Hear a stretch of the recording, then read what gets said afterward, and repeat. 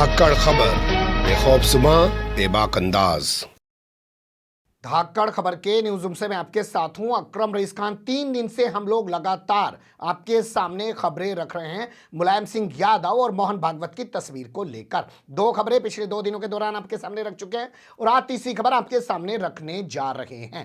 और इस खबर में ओवैसी का, असदुद्दीन ओवैसी का रिएक्शन मुलायम सिंह और मोहन भागवत की मुलाकात पर किस तरीके का सामने आया वो रखने जा रहे हैं। 3 हिस्से में पूरी खबर आपके सामने रखने जा रहा हूं। सबसे पहले चलते हैं खबर के पहले हिस्से की तरफ।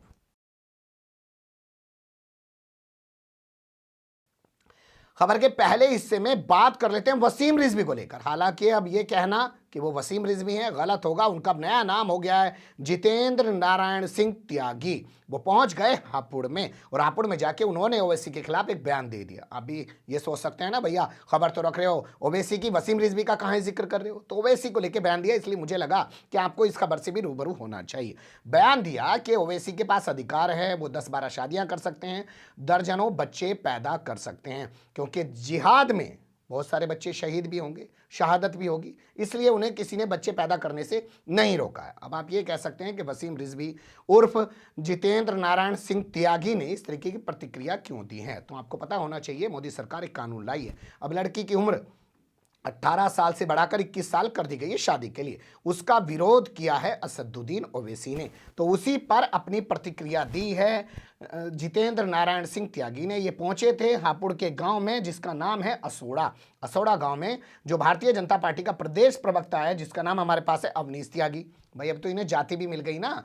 एक सवाल ये होता था कि भाई कोई मुसलमान अगर हिंदू बन जाएगा तो उसे जाति कौन सी मिलेगी, तो इनको जाति भी मिल गई, ये त्यागी बन गए हैं। त्यागी जो है वो अपर क्लास में आता है, ये भी आप जानिएगा, जो है हिंदू कम्युनिटी के अंदर। तो इनका स्वागत किया और स्वागत करने के बाद इस दौरान जब ये लोगों को संबोधित करने लगे तो इन्होंने अपनी ये प्रतिक्रिया दी है कि भैया जिहाद में भी तो बच्चे मरेंगे, शहीद होंगे, तो कितनी सारी शादियां करो, कौन रोक रहा है।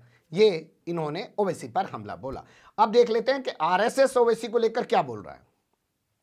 हालांकि इस खबर को हम सीधे तौर पे ये नहीं कह सकते हैं कि आरएसएस ओवैसी को लेकर क्या बोल रहा है, लेकिन आरएसएस ने ओवैसी को लेकर कुछ बोला है। लेकिन आरएसएस ने जो ट्वीट किया है उसे सीधे तौर पर यही माना जा सकता है, इनडायरेक्टली कह दीजिए अब, कि ये ओवैसी पर ही सवाल खड़ा किया गया है।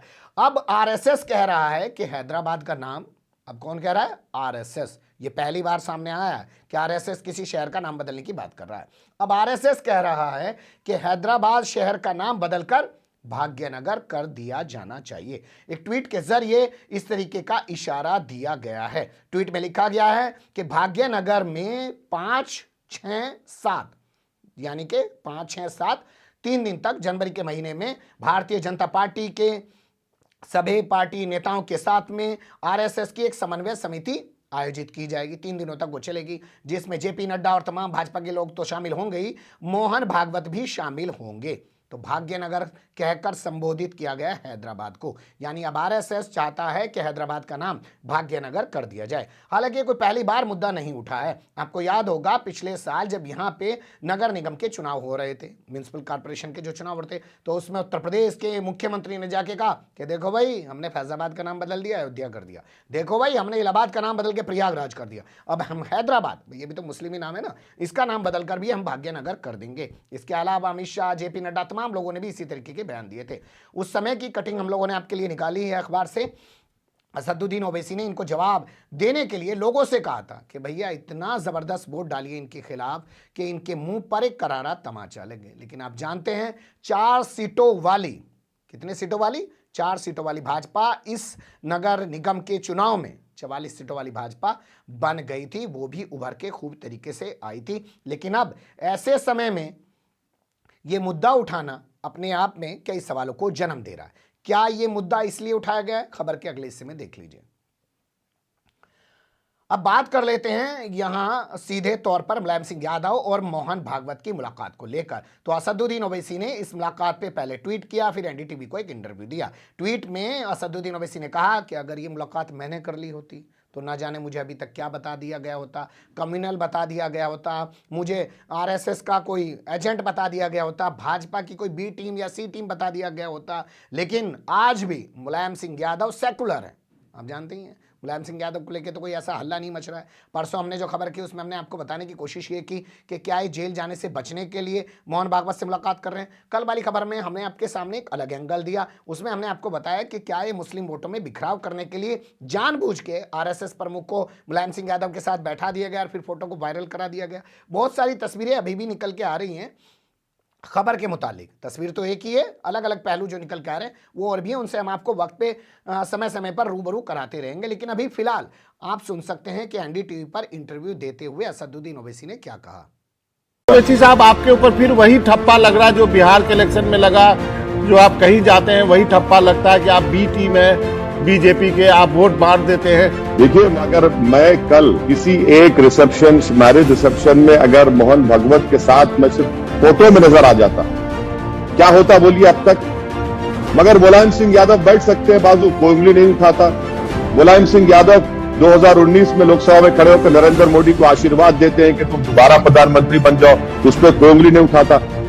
मेरी लड़ाई तो यही है ना कि अगर आप बोलेंगे तो बड़ा काम कर रहे हैं, और हम जब मुस्लिम माइनॉरिटी के पॉलिटिकल एम्पावरमेंट के लिए, लीडरशिप के लिए बात करेंगे, लड़ेंगे, तो आप हमको नाराज हो जाते हैं, बकवास करते हैं, अनाप शनाप इल्जामात लगाते हैं। तो यही इनकी हिपोक्रेसी है, यही इनकी खुली हिपोक्रेसी है जो नजर आ रही है।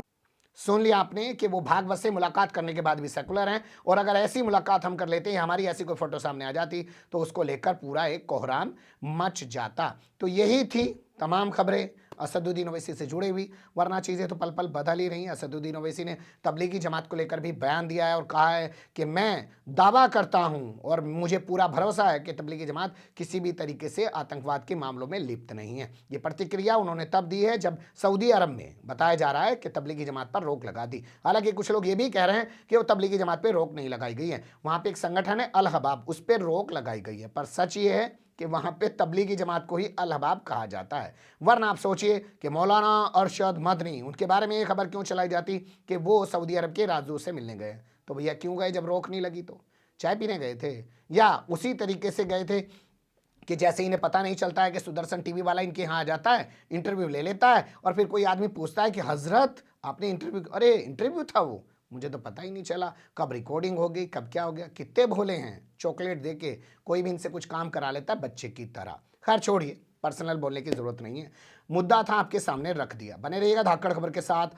फिलहाल कमेंट्स के रूप में आप लोग अपनी राय दे सकते हैं, खबर को लाइक कर सकते हैं, चैनल को सब्सक्राइब कर सकते हैं, ज़्यादा से ज़्यादा हमारी खबरों को शेयर कर सकते हैं। फिर ऐसे ही किसी सुलगते हुए या उलझते मुद्दे लेकर मैं आपके सामने हूँगा हाजिर। फिलहाल अभी मुझे दें इजाज़त।